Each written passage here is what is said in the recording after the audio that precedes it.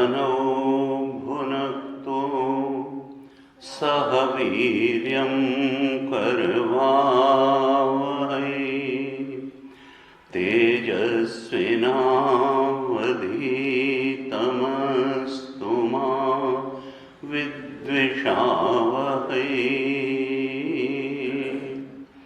ओम शांति शांति शांति।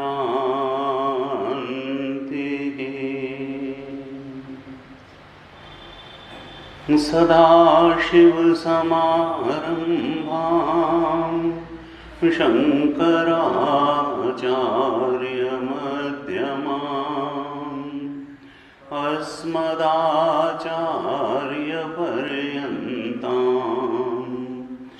वन्दे गुरुपरम्पराम्। अज्ञानतिमिरान्धस्य ज्ञानाञ्जनशलाकया चक्षुरोन्मीलितं येन तस्मै श्रीगुरवे नमः। तस्मै श्रीगुरवे नमः। शांति मंत्र का पाठ करें। ओम भद्रं कर्णेभिः शृणुयाम देवाः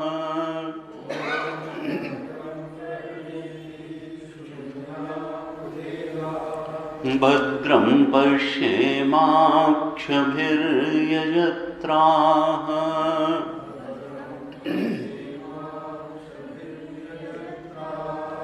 स्थिरैरङ्गैस्तुष्टुवागंसस्तनूभिः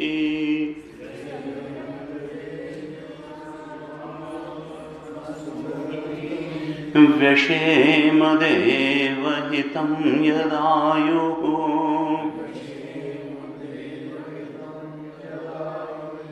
स्वस्ति न इन्द्रो वृद्धश्रवाः स्वस्ति नः पूषा विश्ववेदाः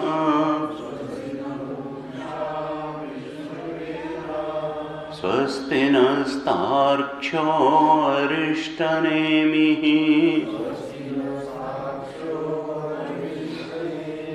स्वस्ति नो बृहस्पतिर्दधातु ओम शांति शांति शांति।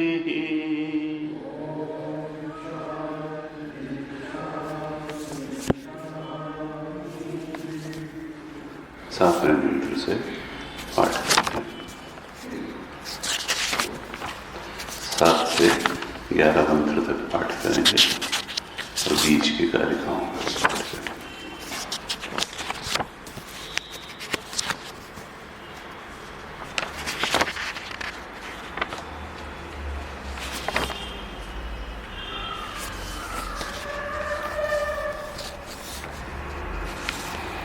न अन्तः प्रज्ञं न बहिष्प्रज्ञं न उभयतः प्रज्ञं न प्रज्ञानघनं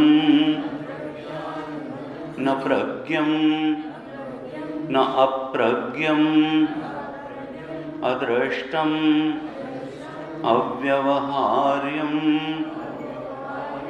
अग्राह्यम् अलक्षणम् अचिन्त्यम् अव्यपदेश्यम् एकात्मप्रत्ययसारम् प्रपञ्चोपशमम् शान्तं शिवमद्वैतम् चतुर्थं मन्यन्ते स आत्मा स विज्ञेयः।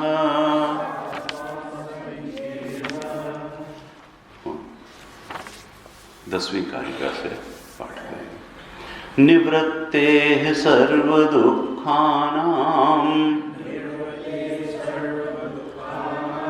ईशानः प्रभुरव्ययः। अद्वैतः सर्वभावानां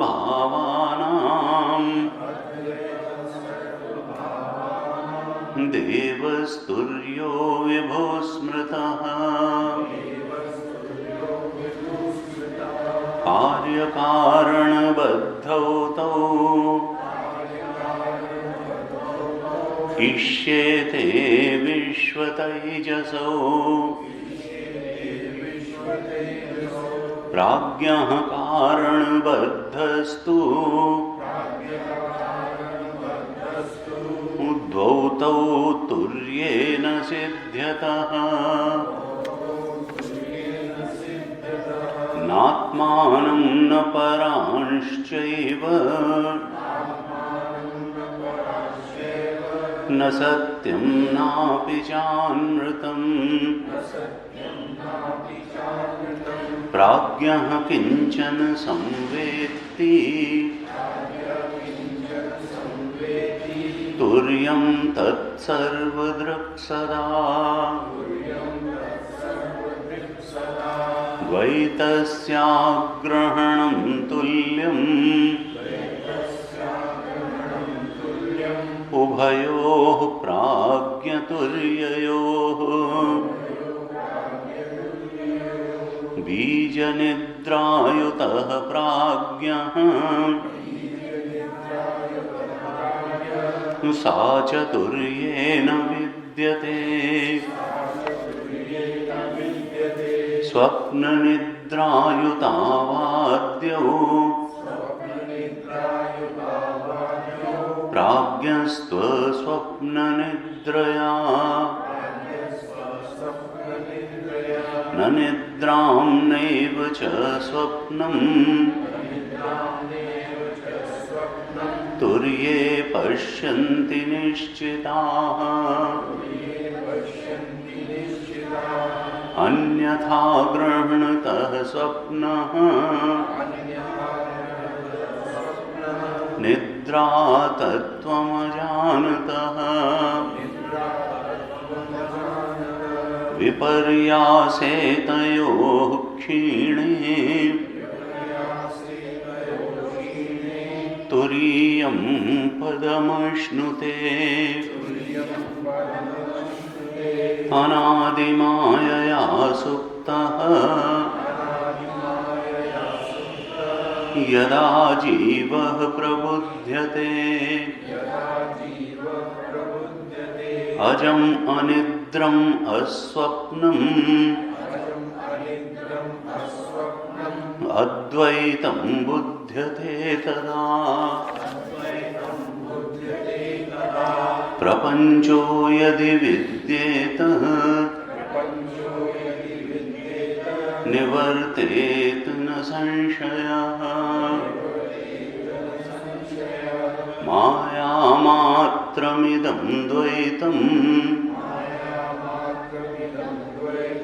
अद्वैतं परमार्थतः। विकल्पो विनिवर्तेत कल्पितो यदि केनचित्। उपदेशादयं वादः ज्ञाते द्वैतं न विद्यते। 8 से 11 मंत्रों का विभाग करते हैं। सोऽयमात्मा अध्यक्षरमोङ्कारः पादा अधिमात्रं पादामात्रामात्राश्च पादाः अकार उकारो मकार इति जागरितस्थानो वैश्वानरः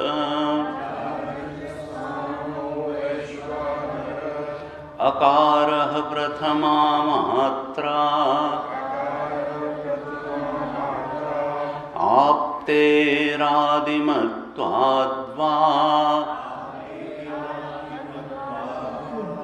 आप्नोति ह वै सर्वान् कामान् आदिश्च भवति य एवं वेद स्वप्नस्थानस्तैजसः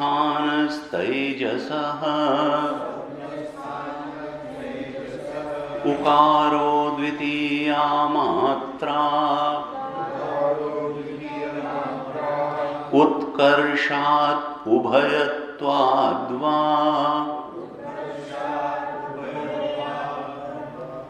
उत्कर्षात् उभयत्वाद्वा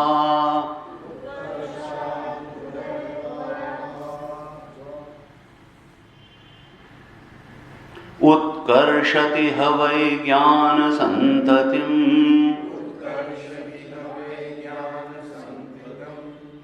उत्कर्षति ह वै ज्ञानसन्ततिम् समानश्च भवति न अस्य अब्रह्मवित् कुले भवति य एवं वेद सुषुप्तस्थानः प्राज्ञः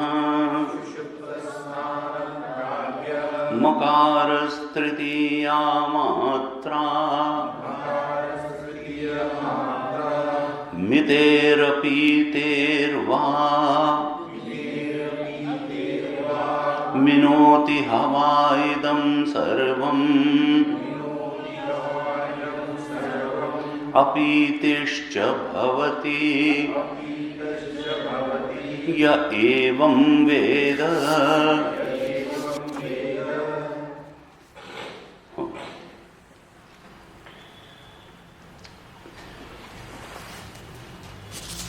कारिकाकार ने कहा कि तुरीय का बोध न हो पाने में मूल कारण क्या है? तो कहा कि तत्व का अग्रहण। तत्व का अग्रहण ही तुरीय का बोध न हो पाने में मूल कारण है। और इस कारण से जो कार्य उत्पन्न होता है वो है अन्यथा ग्रहण। यानी मूल जो बात है तुरीय, और तुरीय का बोध होना अत्यंत आवश्यक है, क्योंकि 10वीं कारिका में सबसे पहले ही कहा कारिकाकार ने कि निवृत्ते सर्व दुखानाम ईशानः प्रभु द्रव्य। ये जो प्रभु है अविनाशी, अविकारी, निर्विकार, तुरीय है, इसी को प्रभु कहा था। और कहा कि सर्व दुख निवृत्ते है, जो समर्थ है वो यही तुरीय है। ईशान यानी समर्थ। सारे दुखों की निवृत्ति बिना इस तुरीय अवस्था के बोध में अवस्थित हुए हो ही नहीं सकती। ये तुरीय ही समर्थ है जीवन से सारे दुखों की समूल निवृत्ति में। और ये भी याद रखना पड़ेगा। और उसके बाद में इसको जब विस्तार दिया था तो भाष्यकार ने भाष्य में लिखा था कि ये सर्व दुख हैं क्या? तो कहा था प्राज्ञ तेजस विश्व लक्षणा नाम सर्व दुखा नाम। ये प्राज्ञ तेजस और विश्व यही सर्व दुख का रूप है। अर्थात दुख का एक रूप हमारी ये जागृत अवस्था है और इसका अभिमानी विश्व है। दुख रूप ही हमारी ये स्वप्न की अवस्था है और इसका अभिमानी तेजस है, और दुख रूप ही हमारी ये सुषुप्ति अवस्था है और इसका अभिमानी प्राज्ञ है। सर्व दुखानाम का अर्थ है ये तीनों अवस्थाएं और इनके अभिमानी। जब तक इनकी निवृत्ति नहीं होगी, सर्व दुखानाम निवृत्ति होगी नहीं, और इनकी निवृत्ति का एकमात्र उपाय है तुरीय अवस्था के बोध में प्रतिष्ठित हो जाना। इसलिए यह बोध अत्यंत आवश्यक है, और यह कठिन नहीं है क्योंकि यह हमारा स्वरूप ही है, इसको कहीं बाहर से लाना नहीं। हमने तो अन्यथा स्वरूप को अपना स्वरूप मान करके बैठ गए हैं, तीन शरीरों को अपना स्वरूप मान करके बैठ गए, और फिर इनके संबंधियों को अपना संबंधी मान करके बैठ गए। कहा हमारा असली संबंधी जो है वो ईशानः प्रभुरव्ययः, उसकी हमने खोज ही नहीं की, उसकी तरफ ध्यान ही नहीं दिया। अरे ध्यान, भाष्यकार भी बताएंगे कि हम तो अन्यथा ग्रहण में ही इतने मस्त हो गए कि हमने तो तत्व का अग्रहण हो रहा है, सत्य का बोध ही, इस बात की तरफ भी ध्यान देना छोड़ दिया। ये जो स्वप्न और जागृत के विषय हैं, इन्हीं के ग्रहण में इतने आसक्त हो गए कहें, या जिसको कहते हैं कि ये तो उसमें जो है इतने समाहित हो गए, इतने रच बस गए कि जो मूल तुरीय हमारा आत्मा है, जो आत्मा का ब्रह्मत्व है, उसकी तरफ तो ध्यान ही नहीं गया। कहा यह सर्व दुखा नाम निवृत्ति कब होगी? जब उस तुरीय के बोध में अवस्थित होगा। और उसमें कठिनाई क्या है? तो कहा उसमें मूल कारण है उसके बोध न होने का कि तत्व का अग्रहण है। तत्व का मतलब तुरीय अवस्था है, उसका बोध नहीं है। वही कारण है, वही बीज है, वही बीज है, वो मूल है, वो मूल है। नहीं, वो कारण क्या कहें उसको? असल में वो न कारण है, न बीज है, न उसमें तत्व, वो तत्व है केवल, न उसमें अन्यथा ग्रहण है, न वहां अग्रहण है। तो प्राज्ञ जो है वो कारण है, वही बीज है तेजस का और विश्व का, स्वप्न अवस्था का और जागृत अवस्था का। जो कारण है वो सुषुप्ति अवस्था है। प्राज्ञ का अर्थ है डीप स्लीप का अभिमानी। तो हमारे तीन शरीरों में भी इसको हम देख सकते हैं कि जब डीप स्लीप में जाते हैं तो कारण शरीर में ही हमारी चेतना सिमट जाती है, और कारण शरीर जो है वो अविद्या रूप ही है, केवल अज्ञान रहता है। चेतन पर अज्ञान का एक आवरण रहता है, वृत्ति लीन हो जाती है। लेकिन ऐसा नहीं है कि वहां स्वप्न और जागृति की वासनाओं का बीज नहीं रहता है, वासनाओं का बीज तो रहता ही है, तभी वहां से स्वप्न में भी सब चीज निकल के आती है और जागृत में भी निकल के आती है। तो वो कारण जो है वो अज्ञान है, अज्ञान रूप कारण, तत्व का अग्रहण रूप कारण, तुरीय के का अप्रतिबोध रूप कारण, ये तो डीप स्लीप में प्राज्ञ में रहता है। इसीलिए प्राज्ञ को कहा ये कारण है, अवस्था है, बीजावस्था है। और ये दोनों स्वप्न और जागृत ये कार्य अवस्थाएं हैं। क्यों? क्योंकि इनमें जो मूल कारण तत्व का ग्रहण है वो तो रहता ही है, एक और उसका ऑफशूट हो गया, उसका कार्य भी आ गया, वो है अन्यथा ग्रहण। यानी वो तत्व का ग्रहण नहीं हुआ, रस्सी तो दिखाई नहीं दी और वो सांप के रूप में दिखाई दे गई, माला भूछिद्र डंडे के रूप में दिखाई गई। तो अन्यथा ग्रहण भी इन दोनों में है। ये तीन शब्द 11वीं कारिका और उसके बाद इनका उपयोग हुआ था। कार्य कारण बद्धौ तो इष्यते विश्व तेजसो, विश्व और तेजस तो कार्य कारण दोनों से बद्ध हैं, और प्राज्ञ कारण बद्धस्तु प्राज्ञ केवल कारण से बद्ध है, तत्व ग्रहण से बद्ध है, और दो तो तुर्य न सिद्ध्यता। ये दोनों ही कार्य और कारण, तत्व का अग्रहण और अन्यथा ग्रहण, ये तुरीय में नहीं है। ये बात हो गई थी। उसके बाद में 13वें मंत्र पे भी हमने 13वें श्लोक पर भी विचार किया था, और वहां पर कारिकाकार ने कहा कि देखो, जहां तक द्वैत के अग्रहण का संबंध है, वहां पर तो प्राज्ञ, विश्व और तेजस, इनमें समानता है। तुरीय अवस्था का, तत्व का अग्रहण तो तीनों ही अवस्थाओं में नहीं है, लेकिन प्राज्ञ में केवल बीज निद्रा की ग्रस्तता ही है। बीज निद्रा युतः प्राज्ञ, प्राज्ञ जो है वो बीज निद्रा से युक्त है, और सा चतुर्य। लेकिन ये बीज निद्रा तुरीय में नहीं है। तुरीय तो 12वें में कहा था सर्व दृक् सदा। तुरीय तो हमेशा ही चिद रूप है, द्रंग रूप है, दृष्टा रूप है, और वही सर्व भी है। वो सर्व भी है, द्रंग मात्र है और सदा है। तुरीय ये नहीं कि सुषुप्ति में तुरीय नहीं है, या जागृत में तुरीय नहीं है, अरे अधिष्ठान तो है, या स्वप्न में तुरीय नहीं है, या सृष्टि काल में तुरीय है और प्रलय में तुरीय नहीं है, या केवल प्रलय काल में ही तुरीय है और सृष्टि काल में तुरीय न, सदा है। सर्व दृक् सदा, तुर्यम सर्व दृक् सदा, ये 12वें कारिका में कहा था। और 14वीं कारिका का हमने अर्थ देखा था। 14वीं कारिका में क्या कहा कि स्वप्न निद्रा युता वाद्यो प्राज्ञस्तु स्वप्न निद्रया, प्राज्ञस्तु अस्वप्न निद्रया।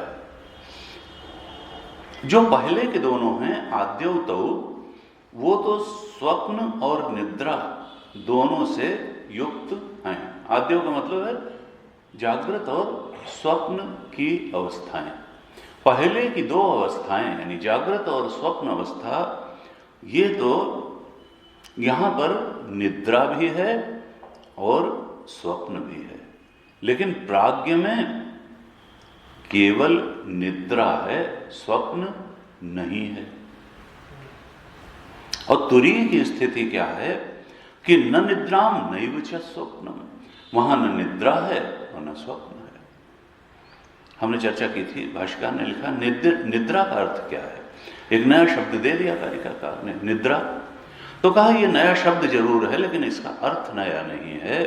निद्रा का अर्थ है तत्व अप्रतिबोधो निद्रा, तत्व का अप्रतिबोध होना ही निद्रा है। यानी तुरीय का बोध न होना, तत्व का प्रतिबोध, तुरीय का बोध न होना, यही निद्रा इसको कहा यहां कारिकाकार ने। और स्वप्न किसको कहा? कहा कि देखो, जो तत्व का अन्यथा ग्रहण है उसी को कहा स्वप्न। अब ये अन्यथा ग्रहण वही तुरीय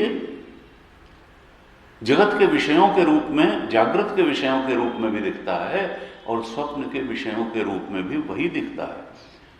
तत्व वही है, लेकिन उसका अन्यथा रूप से ग्रहण हो रहा है। जब ब्रह्म नहीं दिखता तो संसार की अनेकता, विविधता, आकर्षण दिखने लगते हैं। तत्वतः तो वही है, तुरीय ही है। यही हाल स्वप्न में है। स्वप्न की सृष्टि, उसकी अनेकता, विविधता, सुख दुख सब दिखने लगते हैं। वही तुरीय इन रूपों में भासित होने लगता है, अन्यथा ग्रहण होता है। कहा स्वप्न और जागृत दोनों में अन्यथा ग्रहण है, और इस अन्यथा ग्रहण को कारिकाकार ने नाम दिया स्वप्न। उन्होंने जागृत के अन्यथा ग्रहण को और स्वप्न के अन्यथा ग्रहण को एक ही नाम दे दिया, स्वप्न। दोनों को अलग अलग नाम नहीं दिए। और इस प्रकार से धीरे से क्या समझा दिया कि देखो, दोनों स्वप्न की ही कैटेगरी में हैं, क्योंकि दोनों में अन्यथा ग्रहण हो रहा है। जागृत में भी तत्व का अग्रहण तो है ही, साथ साथ जागृत और स्वप्न दोनों में अन्यथा ग्रहण है। और ये अन्यथा ग्रहण क्या है? ये स्वप्न ही है। चीज को ठीक तरह से एक तो न देख पाना और फिर गैर ठीक तरह से देख लेना, ये दोनों ही जागृत और स्वप्न में समान हैं। इसलिए जागृत और स्वप्न दोनों को एक ही नाम दे दिया, स्वप्न, और कहा स्वप्न निद्रा युतौ आद्यो। ये दोनों तत्व अग्रहण रूप निद्रा और अन्यथा ग्रहण रूप स्वप्न इनमें समान ही है, और प्राज्ञ में केवल तत्व अग्रहण रूप निद्रा ही है, और तुरीय में दोनों नहीं है। भाष्यकार ने भाष्य लिखा, वहां पे इसको और स्पष्ट कर दिया। कहा स्वप्न अन्यथा ग्रहणम सर्प इव रज्ज्वाम।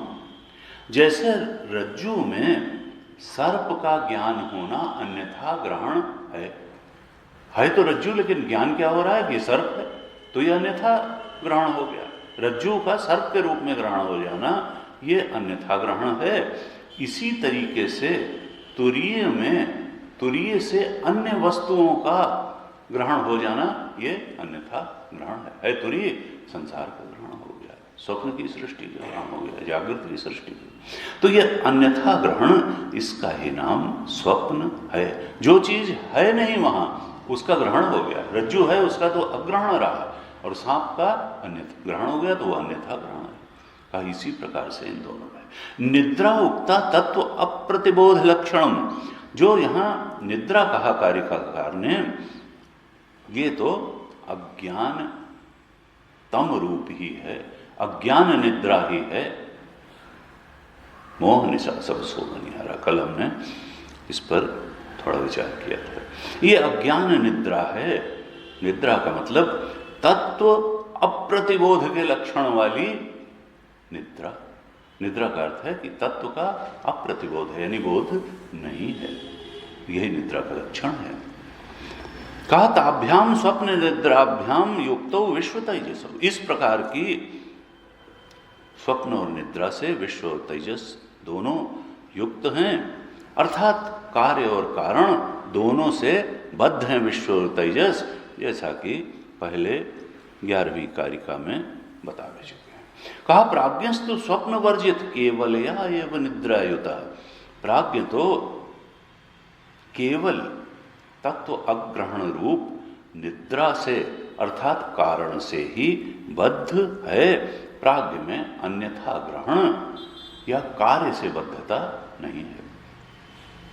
कहा न उभयम पश्यन्ति तुरीये निश्चिता। लेकिन ये दोनों ही, न तो निद्रा न स्वप्न, तुरीय में अनुभव में नहीं आते हैं। किनके? निश्चिता, जो तुरीय के बोध में प्रतिष्ठित हो गए, जिनकी तुरीय दृष्टि स्पष्ट हो गई, निश्चित हो गई, वो कौन लोग हैं? भाष्यकार कहते हैं ब्रह्मविदः। ये निश्चिता तुरीय के स्पष्ट बोध में प्रतिष्ठित कौन हैं? जो ये जान गए कि वहां न निद्रा है न स्वप्न है। कहा वो है ब्रह्मविदः। उनको अज्ञान का अंधकार छू ही नहीं गया। वो जान गए कि चेतन को कभी अज्ञान का अंधकार छू भी नहीं सकता है। क्यों? क्योंकि वो तो सवितरी इव तमः विरुद्धत्वात्, जैसे प्रकाश मान सूर्य को पता ही नहीं है कि कहीं अंधेरे नाम की भी चीज होती है, वैसे ही तुरीय को तो पता ही नहीं है कि कहीं तत्व का अग्रहण और अन्यथा ग्रहण नाम की भी कोई चीज होती है। उस दृष्टि से तो इसका दिन दोनों का नामो निशान ही नहीं है। अर्थात निद्रा और स्वप्न की बात तुरीय को में तो कहीं हो ही नहीं सकती है। निश्चिता ब्रह्मविदः जानते हैं कि सवितरी इव तमः विरुद्धत्वात्। ये तो एकदम विरोधी बात है, तमः प्रकाशवत। ब्रह्मसूत्र भाष्य में अध्यास भाष्य है, सबसे पहले शंकराचार्य जी ने लिखा, और उसमें कहा कि देखो कैसी एक विचित्र बात हो गई है कि जड़, जिसको तुलसी बाबा ने कहा जड़ चेतन ही ग्रंथि भरी गई, जल विमृशा छूटत कठिन। अरे जड़ और चेतन की ग्रंथि पड़ गई और जीव बन गया। बुद्धि, जड़ बुद्धि के जो लक्षण थे वो चेतन आत्मा में चले गए, और चेतन आत्मा की जो ज्ञान स्वरूपता से उससे बुद्धि ज्ञानवान हो गई, और बुद्धि की सीमितता को आत्मा ने अपनी सीमितता मान लिया अंतःकरण की। ये कैसी अजीब बात हो गई, अन्योन्याध्यास हो गया। बुद्धि के लक्षण चले गए आत्मा में और आत्मा के लक्षण चले आए बुद्धि में, और ये हम अपने को जीव मान करके बैठे, फिरत सदा, और माया ने जकड़ लिया था। फिरत सदा माया कर प्रेरा, काल कर्म स्वभाव गुण घेरा। हम उनसे चालित होने लगे, ब्रह्म स्वरूप हो गए। तो कहा जड़ चेतन ही ग्रंथि पर गई, जदब वृषा, है तो छोटी, है तो झूठी, लेकिन छूटत कठिन नहीं, छूटती नहीं। भाष्यकार ने ब्रह्मसूत्र भाष्य में, अध्यास भाष्य में लिखा कि देखो चेतन तो है ज्ञान, द्रंग मात्र, ज्ञान मात्र, और वास्तव में तो जड़ नाम की कोई चीज ही नहीं है, और इन दोनों की ग्रंथि पर एक चीज है नहीं, एक चीज है, और दोनों का जो है ग्रंथि, ये कैसी विचित्र बात है। कहा तमः प्रकाशवत, ये दोनों कितने उल्टे हैं, जैसे प्रकाश और अंधेरा। प्रकाश और अंधेरे की कहीं ग्रंथि हो सकती है, लेकिन भाई हो गई। अब हम उसको नकारें कैसे, क्योंकि हम तो उसके से कष्ट पा रहे हैं। तो इसका कारण खोजने की जरूरत नहीं है, इसको हटाने की जरूरत है, इस ग्रंथि को खोलने की जरूरत है। माया का कारण कहीं नहीं मिलेगा। इसीलिए हमारे वेदांत ने कहा कि माया का ओरिजिन और माया का विस्तार खोजने की कोशिश मत करो, सत्य के बोध में प्रतिष्ठित हो जाओ। सत्य के बोध में, अगर तुरी के बोध में प्रतिष्ठित हो जाओगे तो फिर खोजो माया कहाँ गई। माया तो थी ही नहीं, वो जाएगी कहाँ। जो चीज थी ही नहीं वो मिटेगी क्यों, और कहाँ मिटेगी और कहाँ जाएगी। प्रकाश का एक दीपक जलाते ही अंधेरा कहाँ चला गया, उसको खोजने की जरूरत थोड़ा है कि अंधेरा कहीं गया होगा। अरे अंधेरा तो केवल प्रकाश की अनुपस्थिति का ही नाम अंधेरा था। अंधेरा का कोई अपना वास्तविक अस्तित्व थोड़ा था। जगत का, माया के क्रिएशन का कोई वास्तविक अस्तित्व थोड़ा था। वो तो चूंकि तुरी का, सत्य का बोध नहीं हो रहा था, आत्मा के सच्चे स्वरूप का बोध नहीं हो रहा था, इसलिए जिसका भी बोध हो रहा था वही सच्चा मालूम पड़ रहा था।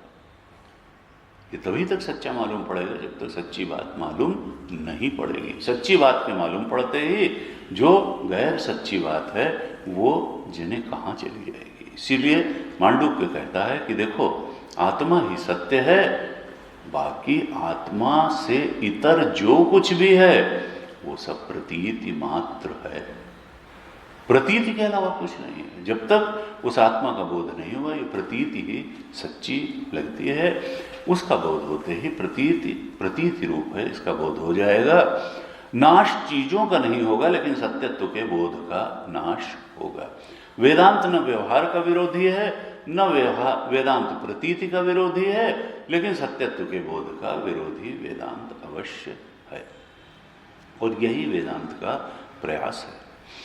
कहा कि अतः न कार्य कारणबद्ध इति उक्तः तुरीय। तुरीय जो है कार्य और कारण से बद्ध नहीं है। यहां 14वीं कारिका तक ये संदेश हुआ। मुख्य रूप से 14वीं कारिका तक यही बता दिया कि तत्व का ग्रहण प्राज्ञ में और अन्यथा ग्रहण और अग्रहण दोनों जागृत और स्वप्न में है। और चूंकि अन्यथा ग्रहण रूप एकता स्वप्न जागृत दोनों में है, इसलिए दोनों की स्थिति स्वप्न जैसी ही है। एक तरह से 3 की 2 अवस्थाएं कर दी। एक तो सुषुप्ति की अवस्था और दूसरी स्वप्न की अवस्था। स्वप्न की अवस्था में ही धीरे से जागृत को भी अन्यथा ग्रहण का आधार लेकर के शामिल कर दिया। 15वीं कारिका में क्या कहते हैं कि अन्यथा ग्रहणता स्वप्न निद्रा तत्वम अजानता। उसी बात को और खोल रहे हैं। अन्यथा ग्रहणता स्वप्न, स्वप्न का लक्षण क्या है? अन्यथा ग्रहण होना। और निद्रा का लक्षण क्या है? जहां पर तत्वम अजानता, तत्व का न जानना, तत्व का अग्रहण, यही निद्रा है। उसी बात को फिर दूसरे शब्दों में कह रहे हैं जो अभी हमने जिस पर चर्चा की। कहा अन्यथा ग्रहणता स्वप्न, अन्यथा ग्रहण, तत्व का अन्यथा ग्रहण ये स्वप्न है, और तत्व का न जानना, तत्व का ग्रहण ये निद्रा। अब इसमें निगमन कर रहे हैं जो अभी तक 10 से और 14 तक कारिकाओं में बताया है, उसका निगमन कर रहे हैं। ये सब जो चर्चा करी इन्होंने, इसका उद्देश्य क्या है? तुरीय के बोध में प्रतिष्ठित होना। कहा ये जो तत्व का ग्रहण और तत्व का अन्यथा ग्रहण, ये बार बार जो विभिन्न तरीके से कारिकाकार और भाष्यकार बता रहे हैं, इस सब का बताने का उद्देश्य क्या है? कहा उद्देश्य है विपर्यासे तयोः क्षीणे, कि जब ये निद्रा और स्वप्न रूप विपरीत ज्ञान, विपर्यास का मतलब क्या है? विपरीत ज्ञान। इन दोनों का, निद्रा और स्वप्न रूपी विपरीत ज्ञान का जब नाश हो जाता है, जब ये क्षीण हो जाते हैं, जब ये दोनों कष्ट कट जाते हैं, ये जो विपरीत ज्ञान है निद्रा और स्वप्न का, तत्व अग्रहण और अन्यथा ग्रहण का जो विपर्यास है, विपरीत ज्ञान है, तयोः क्षीणे, इन दोनों विपरीत ज्ञानों के मिट जाने पर, इनका नाश हो जाने पर क्या होता है? परम कल्याण होता है। परम कल्याण क्या है? कि तुरीयम पदम अश्नुते, तुरीय के पद की प्राप्ति हो जाती है। अर्थात प्राप्ति में बाधक क्या थी? यही निद्रा और स्वप्न, तत्व का अग्रहण और तत्व का अन्यथा ग्रहण। और इसको एक शब्द और ले आए इस कारिका में, विपर्यास से, यानी ये क्या है? ये विपरीत ज्ञान रूप है, ये सच्चा ज्ञान नहीं है। सच्चा ज्ञान तो तुरीय का ज्ञान है। ये जो तत्व का अग्रहण और अन्यथा ग्रहण रूप निद्रा और स्वप्न है, ये तो विपर्यास रूप है, ये विपरीत ज्ञान है। कहा इस विपरीत, दोनों विपरीत ज्ञान के क्षीण होने पर तुरीयम पदम अश्नुते, तुरीय पद की प्राप्ति हो जाती है। अब एक बात यह ध्यान देने की है कि इन कारिकाओं में जो तथ्य बताए गए, उनसे स्पष्ट है कि जो मांडुक्य और कारिका की भाषा है, उसमें आंख, खुली आंख से देखने को जागृत नहीं कहा। इनकी दिशा में, इनकी दृष्टि में जागृत कौन है? जो तुरीय के बोध में प्रतिष्ठित है, वही जागा हुआ है। ये आंख खोल करके संसार के विषयों को देखना और परसियों को ये जागना नहीं है। उनकी दृष्टि में जागना क्या है? तुरीय के बोध में प्रतिष्ठित होना ही जागना है। जानी तब ही जीव जग जागा, जब सब विषय विलास विरागा। या निशा सर्वभूतानाम तस्याम जागृति संयमी। योगी को संयमी कहा वहां। जागना तो तुरीय में जागना ही जागना है, आंख खोलने को ही जागना नहीं कहते हैं। आंख और इनकी भाषा में आंख खुलने और बंद होने से निद्रा और स्वप्न का कोई संबंध नहीं है। ये तो तत्व के अग्रहण को निद्रा कहते हैं और तत्व के अन्यथा ग्रहण को स्वप्न कहते हैं। तुम्हारी आंख खुली हो चाहे तुम्हारी आंख बंद हो, कारिका की भाषा में निद्रा और स्वप्न का कुछ नहीं। आंख खुली में भी निद्रा भी हो सकती है और स्वप्न भी हो सकता है। कहा विपर्यासे तयोः क्षीणे तुरीयम पदम अश्नुते। भाष्यकार ने जब भाष्य लिखा तो ये निगमन यहां पर कर दिया कि देखो यही तुरीय के बोध की दिशा है, रास्ता यह है, साधन यह है कि इन दोनों को जाना होगा, इन दोनों को क्षीण होना होगा, विपर्यास, ये विपरीत ज्ञान जाना होगा तो सत्य ज्ञान आएगा। भाष्यकार ने भाष्य लिखा, लिखते हैं कदा तुरीय निश्चितो भवति इति उच्यते। ब्रह्म ज्ञानी तुरीय के विषय में कब निश्चित हो जाता है? क्योंकि 14 में एक शब्द दिया था, 14वीं कारिका में निश्चिता, तुरीय पश्यन्ति निश्चिता।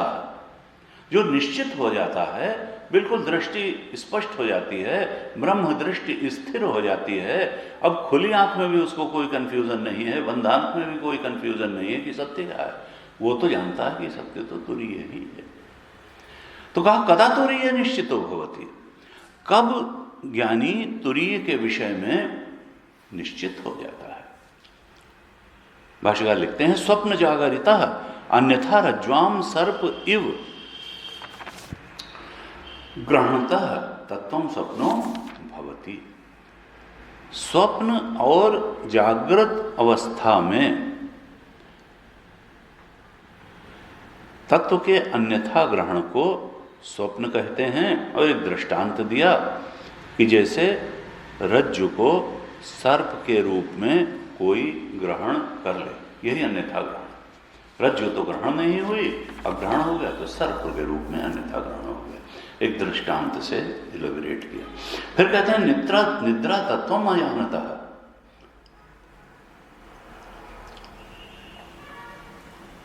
त्रिषु अवस्थो, ये जो तत्व का अग्रहण है यही निद्रा है। और त्रिषु अवस्थसु तुल्या, ये तीनों अवस्थाओं में समान ही है। जागृत स्वप्न सुषुप्ति तीनों में ये निद्रा तो समान ही है। इसीलिए कहा मोह निशा सब सो नहीं आ रहा। मोह की रात्रि में तो अज्ञान की निद्रा तो सभी है, तीनों अवस्थाओं में निद्रा है। हम सोचते हैं कि जागृत में नहीं निद्रा है। कारिका की दृष्टि में जागृत तीनों अवस्थाओं में निद्रा है। तत्व का ग्रहण है तभी तो अन्यथा ग्रहण हो रहा है। स्वप्न में भी तुम सो रहे हो, जागृत में भी सो रहे हो और सुषुप्ति में भी सो रहे हो। कारिकाकार की दृष्टि में जागोगे तभी जब तुरीय के बोध में जागोगे। कहा स्वप्न निद्रया तुल्यत्वात् विश्व तेजसयोः एक राशित्वम। चूंकि स्वप्न और निद्रा, सुषुप्ति में तो केवल निद्रा है, लेकिन जागृत और स्वप्न दोनों में तत्व का ग्रहण भी है, अन्यथा ग्रहण भी है। इसलिए विश्व और तेजस एक राशित्वम, ये एक राशि के हैं। भाई इनकी भी जो है वो धनु राशि है, इनकी भी है, इनकी कन्या राशि है। एक राशि का मतलब एक श्रेणी के दोनों हैं। क्यों? क्योंकि ये समानता है अग्रहण और अन्यथा ग्रहण की। इसलिए कहा विश्व तेजसयोः एक राशित्वम, दोनों एक राशि हैं। अन्यथा ग्रहण प्रधानाच्च गुणभूता निद्रेति तस्मिन् विपर्यासा स्वप्न। कहा देखो इन दोनों में ही अन्यथा ग्रहण में ये जीव इतना ज्यादा उलझ जाता है, फंस जाता है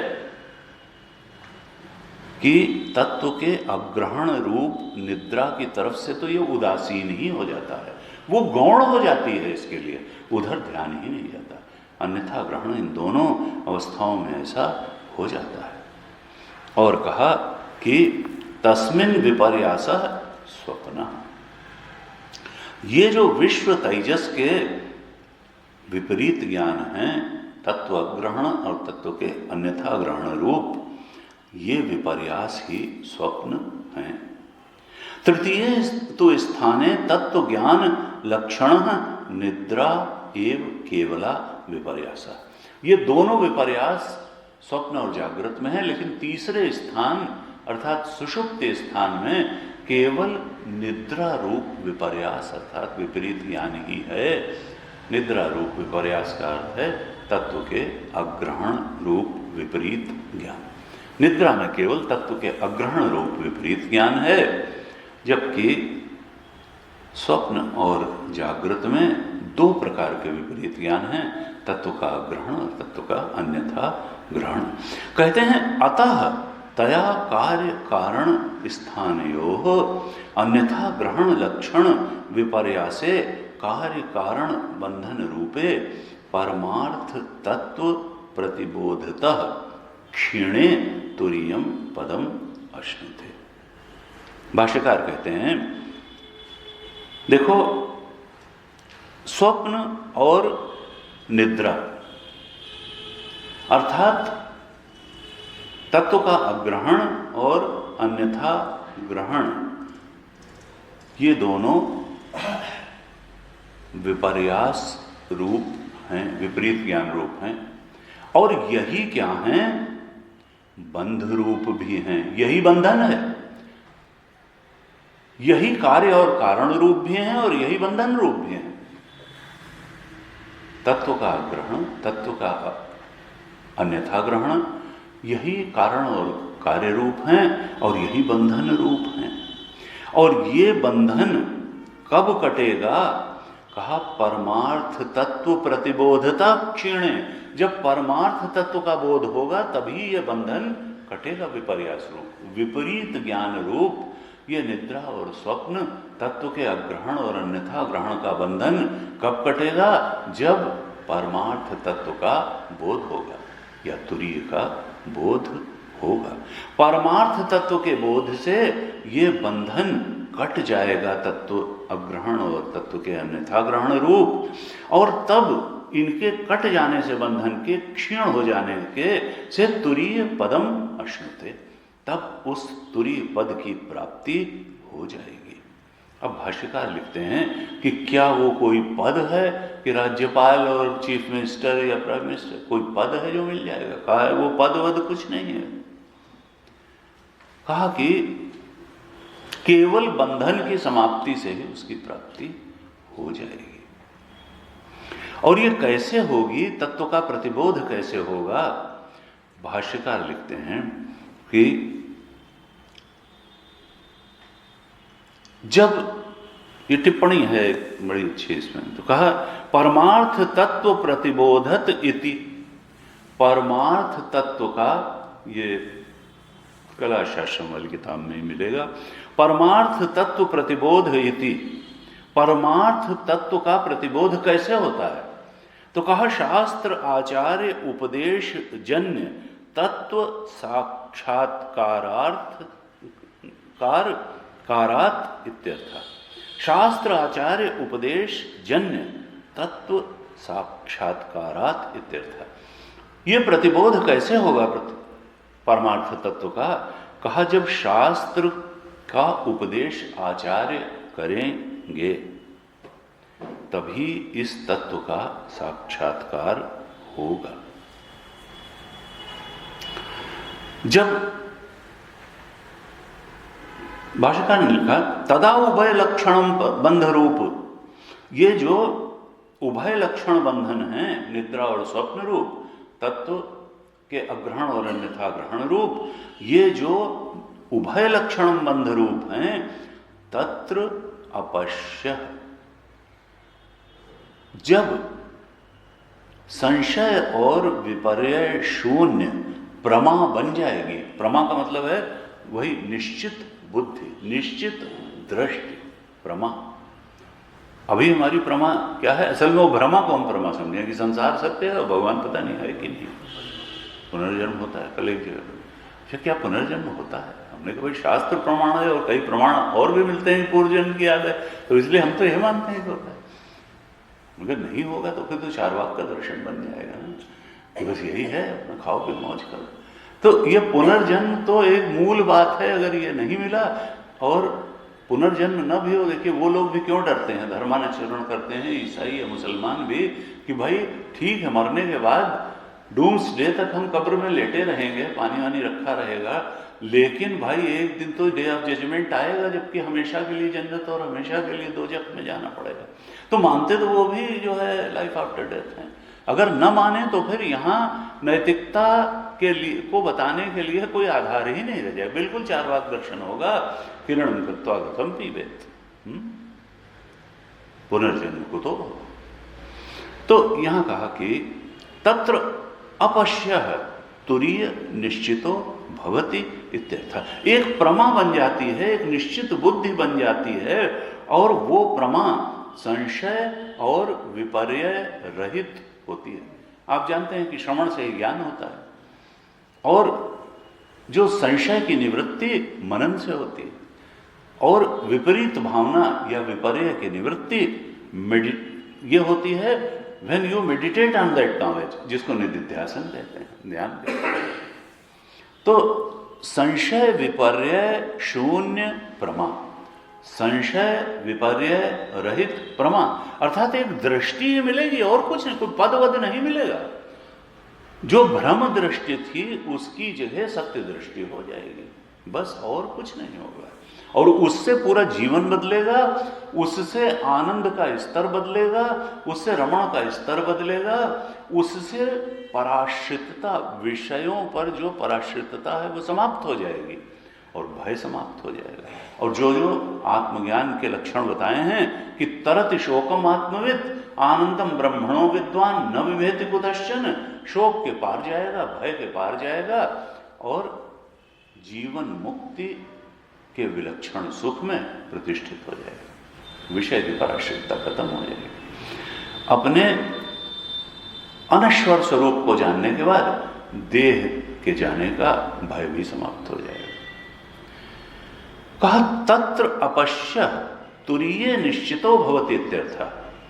पदम अश्नुते का अर्थ क्या है कि तुरीय के बारे में, तुरीय की सत्यता के बारे में दृष्टि बिल्कुल निश्चित हो जाती है, संशय विपर्य शून्य ज्ञान हो जाता है।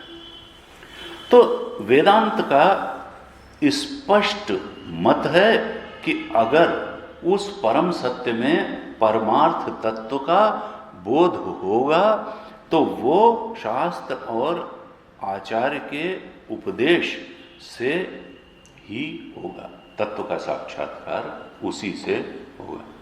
अब गुरु जी कहते हैं देखो सिद्धांत सिद्धांत है, कोई कितना भी बड़ा आदमी हो, अगर सिद्धांत के मामले में हमारा उससे वो है तो हम पीछे नहीं हटेंगे। हम व्यक्तित्व से नहीं प्रभावित होते हैं, हम तो तत्व से प्रभावित होते हैं, हम सिद्धांत से अगर एक सिद्धांत हमारे मन में बिल्कुल स्पष्ट है कि शराब पीने से लिवर खराब होता है और शराब पीना नुकसानदेह है, तो फिर चाहे ओबामा शराब पिए और चाहे जो है वो ट्रंप शराब पिए और चाहे पुतिन शराब पिए, हम बिल्कुल स्पष्ट होंगे कि ये गलत बात है। हम व्यक्तित्व से प्रभावित होकर के अपने सिद्धांत को नहीं बदलेंगे, वो चाहे जितना बड़ा आदमी हो सामने। ये चीज होती है दृढ़ता, ये चीज होती है ज्ञान, ये चीज होती है दृष्टि की स्थिरता। ये तो लौकिक स्तर पर बताया, और आध्यात्मिक स्तर पर क्या है, अनेक मतांतर हैं। जो कहेंगे ऐसे ध्यान लगाओ तो ज्ञान हो जाएगा, कोई कहेगा वहां हुआ तो ज्ञान हो जाएगा, कोई कहे हमारे गुरु जी यहाँ छू देंगे तो ज्ञान हो जाएगा, कोई कहेगा कि भाई ऐसे ज्ञान हो जाए। न, एक बार जब दृष्टि स्थिर हो गई अगर कि शास्त्र और आचार्य के उपदेश से ही ज्ञान होता है, होगा, पहले भी अगर किसी को हुआ तो इसी ढंग से हुआ, आज भी अगर किसी को हो रहा है तो इसी ढंग से हो रहा है, और आगे भी किसी को होगा तो इसी ढंग से होगा। श्रुति परम प्रमाण है। गुरु जी कहते थे भाई देखो पूरा कलेजा पक्का करके सुनना कि जो ये कहते हैं कि भाई पेड़ के नीचे बैठने से ज्ञान हो गया, तो पेड़ के नीचे बैठने से ना आज तक किसी को ज्ञान हुआ ना आगे किसी को होगा। वो पेड़ का नाम चाहे बोधि वृक्ष ही क्यों ना हो, उस पेड़ का नाम बोधि वृक्ष ही क्यों ना हो, लेकिन पेड़ के नीचे बैठने से ज्ञान नहीं होता। कहते थे और सुन लो, ज्ञान अगर होगा तो शास्त्राचार्य उपदेश से होगा, और बुद्ध को अगर भगवान मानोगे तब तो भाई भगवान तो हमेशा ही ज्ञानी होता है, भगवान को कोई ज्ञान की जरूरत थोड़ी होती है। वो तो अगर गुरुग्रह गए पढ़न रघुराई अल्पकाल सब विद्या आई, वो तो ज्ञानी थे ही। वो तो एक लोक जो है लोक के शिक्षण के लिए गुरु के पास गए पढ़ने, उनके अंदर जो है ज्ञान की कौन सी कमी थी। भगवान कृष्ण अगर सांदीपनी के पास गुरु के पास गए तो वो भी जानते थे ये भगवान है, उन्होंने कह दिया हमारे मरे हुए बच्चे को ले आओ हमारे पास, कोई शिष्य ला सकता है सर। तो वो तो ज्ञानी थे ही, वो तो एक लोक शिक्षण के लिए पढ़ने चले गए। इसी प्रकार से अगर बुद्ध को भगवान मानोगे तो इसका मतलब वो तो ज्ञानी थे ही, उनको वो तो एक साधना वाधना तो उनके लिए एक तरीके का लोक शिक्षण के लिए किया गया एक लीला थी, लोक शिक्षण के लिए की गई लीला थी। अगर भगवान थे तो पहले भी बुद्ध थे, ज्ञान होने के पहले भी बुद्ध थे, और ज्ञान होने के वो तो लीला कर रहे थे अज्ञानी की, और फिर ज्ञानी की लीला कर दी उन्होंने। तो हमेशा ही भगवान थे तो हमेशा बुद्ध थे। और उन्होंने कहा अगर भगवान नहीं थे तो न पहले बुद्ध थे न बाद में बुद्ध थे, न पहले बुद्ध थे न बाद में बुद्ध थे, क्योंकि बुद्ध होने का तरीका ये है। अगर तो इस तरीके से कहीं गुजरे तब तो ठीक है, लेकिन पेड़ के नीचे बैठ के हो गए, ये खाए बिना हो गए, वो खाए बिना हो गए, और ऐसे करके हो गए ना। इस अगर सिद्धांत ठीक से समझ में आ गया तो फिर केवल व्यक्तित्व और बड़े आदमी और पॉपुलैरिटी और इसके प्रभाव में तो बहकना नहीं चाहिए। तो कहा कि देखो बिना प्रमा उत्पन्न हुए कोई ज्ञानी नहीं होता। निश्चित प्रमा उत्पन्न होनी चाहिए, और प्रमा बिना प्रमाण के उत्पन्न हो नहीं सकती है। प्रमा उत्पन्न होने के लिए प्रमाण चाहिए, और अतीन्द्रिय विषयों में शब्द प्रमाण, वेद के शब्द प्रमाण है। प्रमाण के बिना प्रमा उत्पन्न नहीं होगी। उपनिषद परम प्रमाण है। इसलिए हम देखते हैं कि वेदांत के जोड़ का उस बोध तक ले जाने वाला दर्शन ही नहीं मिलता है। 16वीं कारिका में क्या कहते हैं? 15वीं कारिका में पर हमने विचार किया। 16वीं कारिका में क्या कहते हैं? अनादि माया सुप्तः यदा जीवः प्रबुध्यते अजम अनिद्रम अस्वप्नम अद्वैतम बुध्यते तदा। अनादि माया सुप्तः, ये यदा जीवः प्रबुद्ध, ये जीव कैसा है? अनादिकाल से माया में सोया हुआ है। अनादि माया सुप्तः, माया भी अनादि है और जीव भी अनादि है, तो इसका सोना भी अनादि है। ये जीव अनादिकाल से माया में सो रहा है, और इसको जब बोध होगा तुरीय ही सत्य है, इसका बोध हो जाएगा, तब इसकी स्थिति क्या होगी कि ये समझेगा, बोध का स्वरूप बता रहे हैं, निगमन कर रहे हैं, तब ये जान जाएगा कि अरे हमारा स्वरूप तो तुरीय स्वरूप था। हम तो कभी हम तो न पैदा हुए न मरेंगे। तुरीय न कभी पैदा हुआ न कभी मरेगा, वो तो सर्वदृक् सदा है, वो तो हमेशा से था, वो द्रंग मात्र था, वो सदा से है और सदा रहेगा, और सब कुछ वही है। अरे हमारा स्वरूप तो सर्वद्रंग सदा था, वो तो अजम था, वो तो कभी पैदा ही नहीं हुआ। जब पैदा ही नहीं हुआ, पहला विकार तो जन्म कहते हैं। जब अस्थि पहले तो मां के गर्भ में आता है, फिर पैदा होता है, फिर बढ़ता है, वर्धते विपरिणमते अपक्षीयते विनश्यते, यही तो विकार कहेगा, षड विकार। अस्थि जायते वर्धते विपरिणमते अपक्षीयते विनश्यते, यही सारे प्राणियों का हिसाब है। गर्भ में आए, पैदा हुए, बढ़े, कुछ दिन तक वैसे रहे, फिर विपरीत परिणाम को प्राप्त हुए, क्षणों को प्राप्त हुए, जर्जर अवस्था आ गई, समाप्त।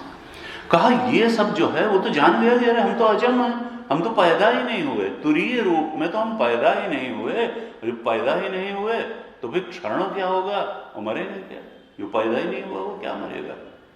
कहा अजम, वो जानता है कि बोध पर हमारा स्वरूप क्या है, अजम है। अनिद्रम, अरे निद्रा का मतलब क्या था? तत्व का अग्रहण।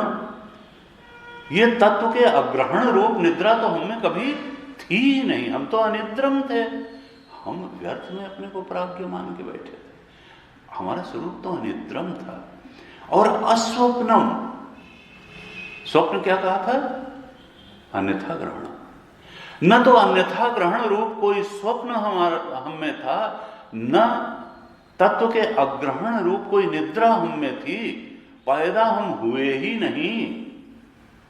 कहा यही तो अद्वैत का बोध है, और क्या अद्वैत है कि एक हमारा ही तो अस्तित्व था। न हमारे तीनों शरीर सत्य थे, न इनके तीनों शरीर सत्य थे, न कुत्ते बिल्ली के तीनों शरीर सत्य थे, किसी प्राणी के तीनों शरीर सत्य नहीं थे, पदार्थ भी सत्य नहीं थे, और ईश्वर की उपाधि माया भी सत्य नहीं थी। तो सत्य क्या था? केवल एक चेतन का ही अखंड पसारा था, वही चेतन जो हमारा स्वरूप है। दूसरे शब्दों में कहें तो हमारा ही अखंड पसारा था, उस तुरी का ही अखंड प्रसारा था। कृष्ण के रूप में भी एक उपाधि लेके हम ही आए, वो तुरी ही आया, या कहो हम आए। बड़ा विचित्र, तुरी आया, तुरी ही आया, कृष्ण के रूप में माया की उपाधि लेके तुरी ही आया, और हम तुरी हैं, यानी हम ही आए राम के रूप में। और तो और गुरु की भी उपाधि अलग है, वहां भी तुरीय ही है। गुरु के रूप में भी अमित है, भगवान के रूप में भी अमित है, और गुरु के रूप में भी अमित है, लेकिन फिर दुष्टों के रूप में भी अमित हमारे अलावा तो कुछ है ही नहीं, हमारे अलावा तो कुछ भी नहीं, उपाधि मात्र है उसका, वो तो है ही नहीं, वो तो जो है केवल प्रतीति मात्र है।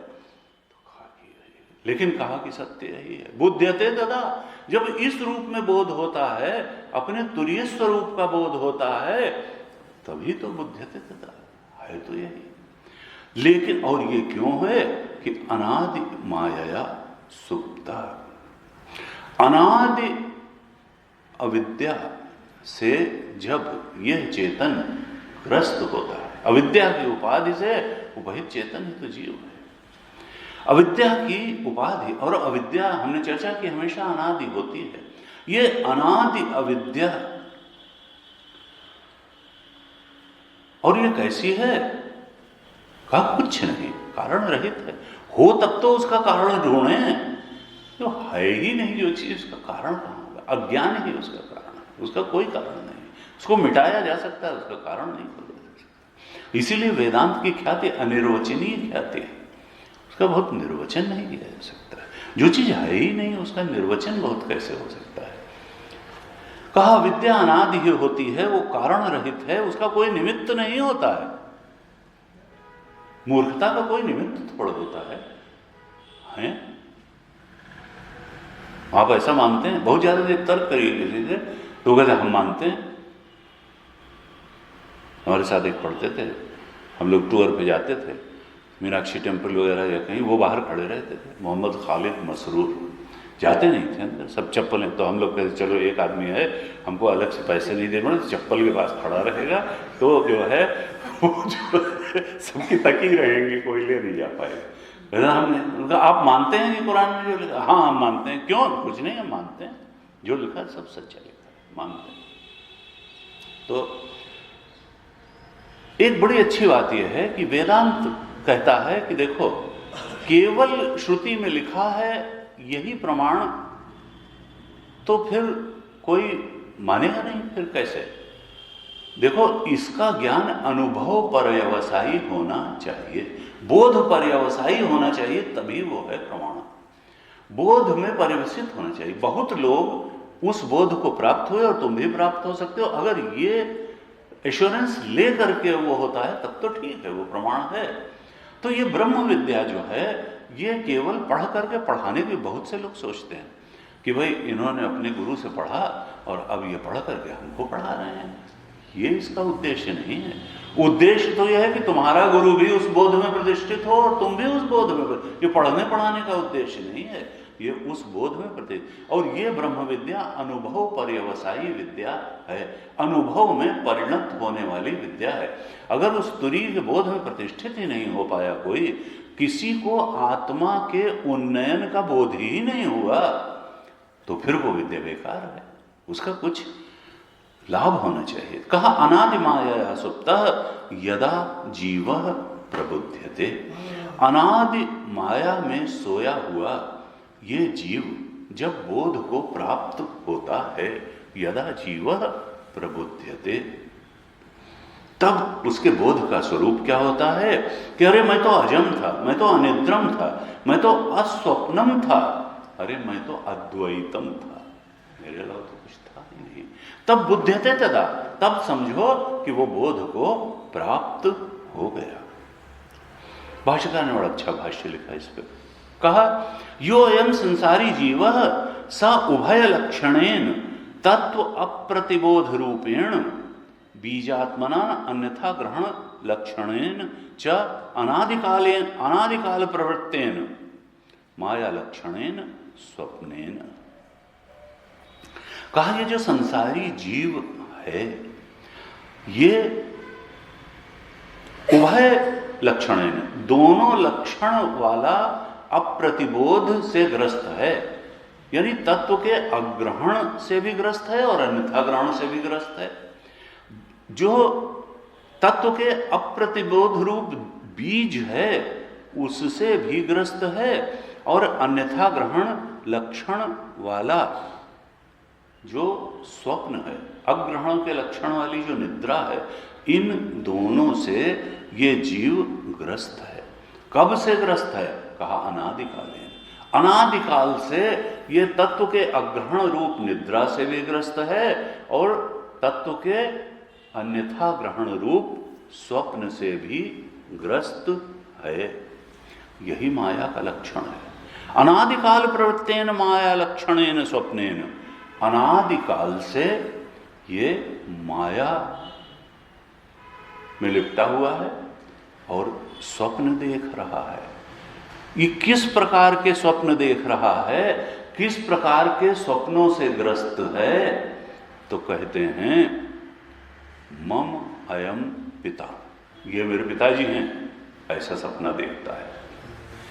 ऐसा सपना देखता है कि मम अयम पिता, ये जो हैं आदरणीय, ये मेरे पिताजी हैं। पुत्रों है, मैं इनका पुत्र हूं, ये सब सपना देखता है। नप्ता, ये मेरा नाती है, कैसा छोटा सा प्यारा प्यारा अच्छा है, ये मेरा नाती है। क्षेत्रम, अरे ये मेरा खेत है, इतने खेत का मालिक हूं मैं, ये सब सपना देखता है। क्षेत्रम पशवा, इतने गाय बैल भैंस घोड़े हाथी सब हैं मेरे पास, मैं इनका मालिक हूं, ये सपना देखता है। फिर भाष्यकार लिखते हैं अहम येषाम स्वामी, मैं इन सब का मालिक हूं, ये सपना देखता है। देखिए बहुत गहराई है इन शब्दों में, हल्के नहीं। अगर इन पर विचार किया जाए तो मालूम पड़ेगा कि अन्यथा ग्रहण का स्वरूप क्या है, स्वप्न का स्वरूप क्या है, कहाँ बंधन है। कहा ये सब अन्यथा ग्रहण है। अहम येषाम स्वामी, मैं इनका स्वामी हूं। फिर लिखा सुखी दुखी, अरे मैं तो सुखी भी होता हूं और दुखी भी होता हूं, ये भी सपना है।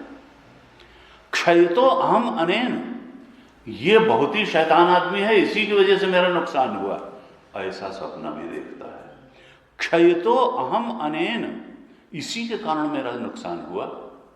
वर्धिता च अनेन, और ये बहुत भले आदमी है, इन्होंने कैसी मेरी सहायता की, हमारे पास आज समझिए जो कुछ है इन्हीं की वजह से है, इनकी वजह से हमारी बहुत बढ़ोतरी हुई। कहा वर्धिता च अनेन, मैं इनकी वजह से बढ़ गया, मैं इनकी वजह से गिर गया, इस प्रकार का भी सपना देखता है।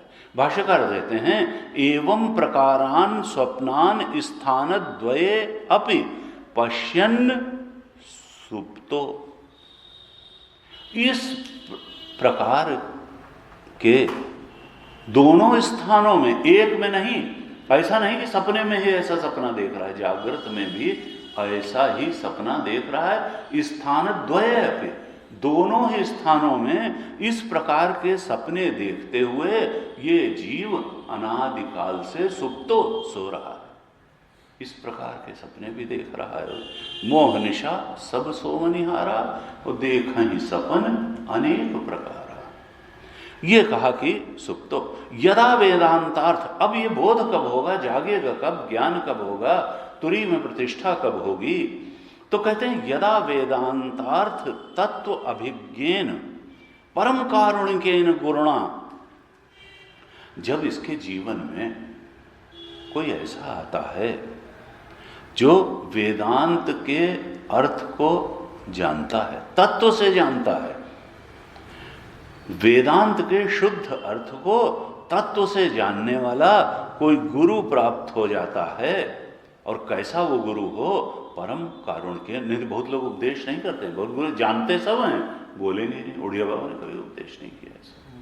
कहा कि परम कारुण्य गुरुणा, जो इतने कारुणिक भी हों कि उपदेश भी करें और वेदांत के अर्थ को तत्व रूप से जानते भी हों, उनके द्वारा जब ये उपदेश किया जाता है, बताया जाता है, नास्य एवं तुम, ये तुम कहां पिता पुत्र स्वामी और जो है सुखी दुखी होने वाले ये सब बने बैठे हो, कैसा सपना देख रहे हो? जाग जाओ इस सपने से, ये सब सपना। नास्य एवं तुम इस प्रकार के नहीं हो। हेतु फलात्मक किम, तुम ये हेतु फलात्मक कहां होते? ये एक शब्द ऐसा भाष्यकार का, हेतु फलात्मक, यानी जो भी कारण कार्य, हेतु का मतलब है कारण और फल का मतलब है कार्य। अब ये बहुत लंबा है शब्द हेतु फलात्मक, हेतु फलात्मक तुम नहीं हो। जहां जहां तक हेतु और फलात्मक है वो सब तुम नहीं हो। जैसे प्रारब्ध हेतु है तो शरीर फल है, शरीर हेतु है तो कर्म फल है, कर्म हेतु है तो भोग फल है, भोग हेतु है तो वासना फल है, वासना हेतु है तो इच्छा फल है, इच्छा हेतु है तो फिर इच्छा से फिर जो है शरीर बनेगा, कर्म होगा। इस प्रकार से ये सारा जो प्रपंच है ये हेतु फलात्मक है। स्वभाव हेतु है तो कर्म फल है। कोई बड़ा खराब स्वभाव है इनका तो वाणी भी खराब हो जाएगी, फिर कर्म भी खराब हो जाए। तो स्वभाव हेतु है तो कर्म फल है, कर्म हेतु है तो स्वभाव फल है। खराब काम करोगे तो स्वभाव खराब हो जाए। तो इस तरह से ये पूरा संसार जो है कहा हेतु फलात्मक। तुम ये क्या, तुम पिता हो तो फिर पुत्र हो तो फिर स्वामी हो तो फिर ये हो तो फिर ये हो, ये हेतु फलात्मक कहाँ बने बैठे हो तुम, ये सब नहीं हो। तत्वम असि, अरे तुम तत्व रूप हो, तुम तत्व के अलावा कुछ नहीं हो, तुम तुरी के अलावा कुछ नहीं हो, तुम सच्चिदानंद स्वरूप आत्मा के अलावा कुछ नहीं हो, वो आत्मा ब्रह्म स्वरूप है। इस प्रकार से प्रतिबोध्यमान यदा, जब वो परम कारण सद्गुरु जो वेदांत के शुद्ध अर्थ को, तत्व को जानने वाले हैं, वो जगाते हैं। प्रतिबोध्यमान यदा तदा एवं प्रतिबुध्यते, जब ऐसे जगाया जाता है गुरु के द्वारा तो फिर वो बोध को प्राप्त हो जाता है। प्रतिबुध्यते कहा कि देखो ये मानव शरीर और सद्गुरु किसको मिलते हैं, तो तुलसी बाबा ने तो कहा बिनु हरि कृपा मिला ही नहीं संता, अब मोहि भाव भरोस हनुमंता, बिनु हरि कृपा मिला ही नहीं संता। और दूसरे या सत्कर्म पुण्य प्रभावी हो जाए, सत्कर्म किसी जन्म जन्मांतर का प्रकट, तो पुण्य पुंज बिनु मिला ही न संता, सत्संगति संसृति कर अंता। अगर संत मिल गए, गुरु मिल गए तो फिर ये संसरण का अंत ही करवा देंगे। तो भगवान की कृपा से भी मिल सकते हैं। और ये शरीर कैसे मिलता है, तुलसी बाबा ने तो कहा कि ये मत समझना तुम्हारे बहुत अच्छे कर्म थे। कबहू को करि करुणा नर देही, देत ईस बिनु हेत स्नेही। करुणा करके भगवान कि चलो अच्छा ये बहुत इस जीव ने जन्म जन्मांतर उठा के एक बार इसको मनुष्य शरीर दे दो। कबहू को करि करुणा नर देही, देत ईस बिनु हेतु, कोई हेतु से नहीं देते हैं, तुम्हें बड़े अच्छे कर्म किए तो दे ही दो। कहा देखो जब ये मिल ही गया है, भाष्यकार ने भी कहा दैवानुग्रह हेतुकम, ये शरीर मिलना, गुरु मिलना दैव के अनुग्रह से ही है। इसका हेतु क्या है, कुछ नहीं, दैवानुग्रह। वो तो कहते हैं भगवान की कृपा ही है। तुलसी बाबा ने कहा कि देखो जब ये शरीर मनुष्य शरीर मिल ही गया तो फिर इस भवसागर के समुद्र को पार करो। नर तन भव बारिध कहूं बेरो, ये जो संसार रूप समुद्र है इसको पार करने के लिए ये शरीर मानो एक दृढ़ जहाज है। और कहा सन्मुख मरुत अनुग्रह मेरो, देखो भगवान का अनुग्रह तो बरस ही रहा है। और कर्णधार सद्गुरु दृढ़ नावा, देखो कर्णधार जो है इसको खेने वाला वो तुमको कुछ करना नहीं है, only you have to surrender. सर्वधर्मान परित्यज्य माम एकम शरणम व्रज आम तो सर्व पापेभ्यो मोक्ष। लेकिन सरेंडर नहीं कर पाता, कुछ हमारे मन की होगी भगवान, कुछ तुम्हारे मन की भी कर देंगे, पूरा सरेंडर हम नहीं करेंगे। कहा जो न तरे भवसागर नर समाज सुपाय, सो कृत निंदक मंदमति आत्माहन गति। क्या है वो तो मानो हत्यारा है। एक अवसर पा करके भी आत्मबोध में प्रतिष्ठित होने का उसने अवसर गंवा दिया, तो एक तरह से अपनी ही आत्मा का हनन कर दिया उसने। यहां कहा प्रतिबोध्यमान यदा तदा एवं प्रबुध्यते, कथम न अस्मिन् बाह्यमाभ्यंतरम व जन्मादिभाव विकारः अतः अजम सबाह्याभ्यंतर। अरे जन्म क्या, वो तुरी तो जानते हैं कि अंदर भी तुरी है और बाहर भी, तो ये तो चमड़े की पहचान बना के इसके अंदर जो होता है उसको हम कहते हैं अंदर है, और जो इस चमड़े के बाहर है, अरे चमड़ा कहाँ। कहा वो सब आहे अभ्यंतरो विजय, अंदर बाहर सब वही भरपूर है और वो अजन्मा है। जब अजन्मा है तो फिर वहां पर अविद्यातम रूप निद्रा भी नहीं है, अज्ञान रूप निद्रा नहीं है, तत्व के अग्रहण रूप निद्रा नहीं है। और चूंकि निद्रा नहीं है इसलिए फिर जब तत्व का अग्रहण ही नहीं है तो फिर अन्यथा ग्रहण रूप स्वप्न होने का तो कोई वहां प्रश्न ही नहीं है। इस तरह से ये तुरीय जो है ये बिल्कुल प्रपंच रहित सिद्ध होता है, उसकी अद्वैत स्थिति सिद्ध होती है। तुरीय है और केवल वही है, सच्चा वही है। उसका अग्रहण और अन्यथा ग्रहण समाप्त नहीं हुआ नहीं कि तुरीय की अद्वैत स्थिति में जीव ने उस अद्वैत को अपना स्वरूप जान लिया, अब वो अग्रहण और अन्यथा ग्रहण के फेर से मुक्त हो गया। कहा बुद्धते दादा, यही तो बोध है, यही बोध है। जब तक सोया था तब तक जीव था, जब जाग गया तो तुरीय के बोध में प्रतिष्ठित हो गया। भगवान करे हम सब लोग उधर बढ़ें और पहुंच भी जाएं। आदि ओम पूर्णमदः पूर्णमिदं पूर्णात् पूर्णमुदच्यते पूर्णस्य पूर्णमादाय पूर्णमेवावशिष्यते। ओम शांति शांति शांति।